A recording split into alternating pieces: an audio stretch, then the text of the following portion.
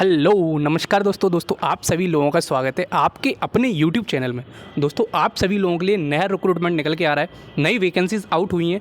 Detail से discuss करेंगे किस बेसिस पे आपका सिलेक्शन होने वाला है, क्या एलिजिबिलिटी क्राइटेरिया है, क्या आपका सिलेक्शन प्रोसीजर है, कितनी फीस होने वाली है, कहाँ सेंटर पड़ने वाला है, कौन से तरीके का पेपर आने वाला है। देखो मैं पहले ही क्लियर कर देता हूँ एलिजिबिलिटी के बारे में, जिससे किसी का भी टाइम वेस्ट ना हो और सीधे मुद्दे वाले स्टूडेंट ही वीडियो देख सकें। देखो दोस्त, अगर आपने BE BTech कर रखी है तो ही आप इसमें एलिजिबल हो। BE BTech के अलावा और भी ग्रेजुएशन के फील्ड हैं, जैसे कि आपका हो गया लीगल वाला, लीगल साइड में जो भी आपने कर रखा हो एडवोकेट से रिलेटेड, ठीक है, वो वाला अकाउंटेंसी से रिलेटेड, आपका बिजनेस से रिलेटेड, ये भी कोर्स कर रखे हो, बैचलर्स कर रखे हो तो आप एलिजिबल हो जाते हो। At the same time BE BTech के लिए भी रिक्रूटमेंट है, अलग से मेंशन कर रखा है BE BTech। अब ब्रांचेस कौन सी हैं? सिविल, मैकेनिकल, इलेक्ट्रिकल, ये 3 ब्रांचेज हैं जिसमें आप एलिजिबल होने वाले हो। किसकी तरफ से आपकी वैकेंसीज आउट हुई हैं? SIDBI की तरफ से, small industrial development bank of India, ठीक है। तो इसकी तरफ से आपका रिक्रूटमेंट आउट हुआ है। डिटेल से देखेंगे, शायद यही ब्रांच एलिजिबल है, और भी मैं देख के बता देता हूँ आपको कौन सी ब्रांच एलिजिबल है, ठीक है। आपकी BE BTech होनी चाहिए इलेक्ट्रिकल, मैकेनिकल, सिविल में, ठीक है। तो यही ब्रांचेज एलिजिबल है इसमें, और आगे मैं आपको डिटेल से बताने वाला हूँ, ठीक है। तो देखो काफ़ी बड़ी वीडियो है, तो ध्यान से इत्मीनान से सुनना। तो सबसे पहले देखो दोस्त, इसमें क्या है, ऑनलाइन रजिस्ट्रेशन आपका ओपन होगा 14 दिसंबर से, ठीक है। तो ऑनलाइन आपका स्टार्ट हो चुका है, लिंक डिस्क्रिप्शन में मैं प्रोवाइड कर दूंगा। और जो आपका लास्ट डेट है, जो आपकी क्लोजिंग डेट है, वो है आपकी 3 जनवरी 2023, ठीक है। तो 3 जनवरी से पहले आपको एप्लीकेशन फॉर्म ज़रूर भरने हैं। तो 3 जनवरी लास्ट डेट होने वाली है। और जो आपका एग्जाम होगा वो टेंटेटिव डेट इन्होंने जनवरी से फरवरी भी लिख रखी है, तो फरवरी के फर्स्ट वीक में मान के चलो, फर्स्ट से सेकंड वीक में, ठीक है। इसमें इतना जल्दी ही पेपर करवाते हैं, इनका ट्रैक रिकॉर्ड ऐसा ही रहा है, और पेपर नहीं अटकता है। एक बार रिक्रूटमेंट स्टार्ट हो जाए तो बहुत जल्दी समापन की ओर बढ़ जाएगा, क्योंकि SIDBI का रिक्रूटमेंट है आपका, ठीक है। और रिक्वायरमेंट भी बहुत अच्छी खासी होती है इसमें। फिर tentative date of schedule of interview भी होने वाला है, तो वो भी फरवरी में हो जाएगा। तो अब देखो मार्च तक और आपको अप्रैल तक जॉब हाथ में मिल जाएगी, इतनी जल्दी रिक्रूटमेंट प्रोसेस होता है इसका, ठीक है। चलो अब आगे मैं दिखाता हूँ क्या क्या प्रोसेस है। टोटल 100 वैकेंसीज आउट हुई हैं आपकी, जो कि कैटेगरी वाइज यहाँ मेंशन कर रखी हैं। अनरिजर्व्ड में 41 वैकेंसीज हैं, OBC में 28 वैकेंसीज हैं, और 12 SC में, 9 ST में, ठीक है। तो ये सब आपका वैकेंसी का डिस्ट्रीब्यूशन हो जाता है कि कैसे कैसे क्या होने वाली है। देखो दोस्त, मैं बहुत तेज़ बोलने की कोशिश करता हूँ, अगर फिर भी आपका टाइम वेस्ट होता हो तो आप 2 की स्पीड पे करके देख लिया करिए, 2.2 पे, ठीक है, स्पीड के ऑप्शन में जाके। वैसे मैं बहुत तेज़ बोलने की कोशिश करता हूँ।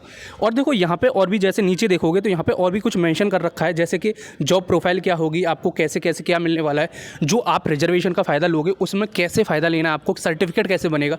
तो दोस्त सर्टिफिकेट आपका ऐसे ही बनेगा, OBC का पिछले 2 साल का होना चाहिए। EWS कैटेगरी के लिए आपका इसी करंट फाइनेंशियल ईयर का होना चाहिए। मैं हर वीडियो में यही बात बताता हूँ, इसमें भी यही लिखा हुआ है, ठीक है। SC ST कैंडिडेट का तो चल जाएगा, ठीक है, उसमें कोई दिक्कत आने वाली नहीं है आपके लिए। अब देखो और आगे मैं सिलेक्शन प्रोसीजर की बात कर लेता हूँ। देखो पहले एलिजिबिलिटी दिखा देता हूँ आपको यहाँ पे, जिससे कि आप कहो कि यार एलिजिबल तो है नहीं। एज लिमिट देखो 21 से लेकर 28 साल के बीच में होनी चाहिए आपकी, ठीक है, यहाँ मेंशन कर रखा है। फिर रिलैक्सेशन देखने को मिल जाएगा, जो भी रिजर्व्ड कैटेगरी आती है आपकी, जो भी रिजर्व्ड कैटेगरी है, OBC को 3 साल का, SC ST को 5 साल का, ठीक है, और 10 साल का भी मिल जाता है जो PWBD वाले कैटेगरी में। तो अब देखो यहाँ पे लिख रखा है असिस्टेंट मैनेजर की पोस्ट होने वाली है। अब इसमें एलिजिबिलिटी के बारे में देखते हैं। देखो post graduation degree in any discipline of prefer की जाएगी कॉमर्स और इकोनॉमिक्स को, ठीक है। और करके लिख रखा है बैचलर्स डिग्री इन लॉ, तो लॉ वाले स्टूडेंट भी एलिजिबल हैं। अब यहाँ पे देखो बैचलर्स डिग्री इन इंजीनियरिंग, ठीक है, तो इंजीनियरिंग की बैचलर्स डिग्री यानी कि BE BTech वाले स्टूडेंट भी एलिजिबल हैं। स्पेशली मेंशन कर रखा है, जो कि सिविल, इलेक्ट्रिकल, मैकेनिकल, इन 3 ब्रांचेस के लिए ही वैकेंसीज हैं। फिर उसके अलावा और भी हैं आपकी CA CS CWA, ये भी वैकेंसीज हैं, ये लोग भी भर सकते हैं इसमें। लेकिन BE BTech वाले और उसमें भी सिविल, इलेक्ट्रिकल, मैकेनिकल वालों को भी इसमें एलिजिबल कर रखा है अलग से सेपरेटली, ठीक है। देखो प्रोसीजर पूरा बैंक वाला होने वाला है, कोई भी टेक्निकल का लेना देना दूर दूर तक नहीं है, बस एलिजिबिलिटी में BE BTech कर रखा है, इसलिए नंबर ऑफ फॉर्म्स कम हो जाएंगे आपके। क्योंकि और किसी बैंक में देखोगे तो आप वहाँ पे जनरल ग्रेजुएशन एलिजिबल होता है, जिसमें BE BTech, BA honours, BSc वगैरह सब कुछ भर सकते हैं। लेकिन इसमें पर्टिकुलरली BE BTech लिख रखा है, तो नंबर ऑफ एप्लीकेशन फॉर्म कम हो जाएंगे। लेकिन रिक्रूटमेंट प्रोसेस पूरा का पूरा आपका टेक्निकल नहीं है, नॉन टेक्निकल वाला है, जो कि बैंकिंग का होता है। अब देखो यहाँ पे CGPA का इक्विवेलेंट रखा है, क्योंकि इन्होंने परसेंटेज मांग रखे हैं 6.75, यानी कि 60% होनी चाहिए आपकी BTech के दौरान। और किस कौन सी कैटेगरी के लिए? जनरल के लिए और OBC और EWS के लिए। SC ST कैटेगरी के लिए 55% चल जाएंगे, ठीक है। अब देखो पेपर का पैटर्न बता देता हूँ मैं, कैसा पेपर का पैटर्न होने वाला है दोस्त। देखो पहले जो पेपर होगा आपका, पहले पेपर होगा, उसके बाद में कॉम्प्रहेंसिव टेस्ट होगा, जो आपका written test descriptive type paper होगा। फिर तीसरा आपका स्टेज जो होगा वो होगा आपका इंटरव्यू सेक्शन। तो ये सब कुछ इसमें पैटर्न में। सबसे पहले जो पेपर होगा ऑनलाइन, उसमें देखो इंग्लिश आएगी, 30 नंबर की 30 मार्क्स की 30 क्वेश्चन 20 मिनट के लिए सेक्शनल टाइम होता है इसमें। और जनरल अवेयरनेस आएगा 50 क्वेश्चन 50 मार्क्स 30 मिनट के लिए। फिर reasoning aptitude 40 question 60 marks 40 minute के लिए। फिर आपका quantitative aptitude 40 question 60 marks 30 minute के लिए, ठीक है। सेक्शनल टाइम होता है इसमें 160 क्वेश्चन होंगे 200 मार्क्स के लिए, ठीक है। फिर आपका डिस्क्रिप्टिव टाइप पेपर होगा जो कि 60 मिनट में आपको 3 ऐसे लिखने होंगे, 3 ऐसे का है।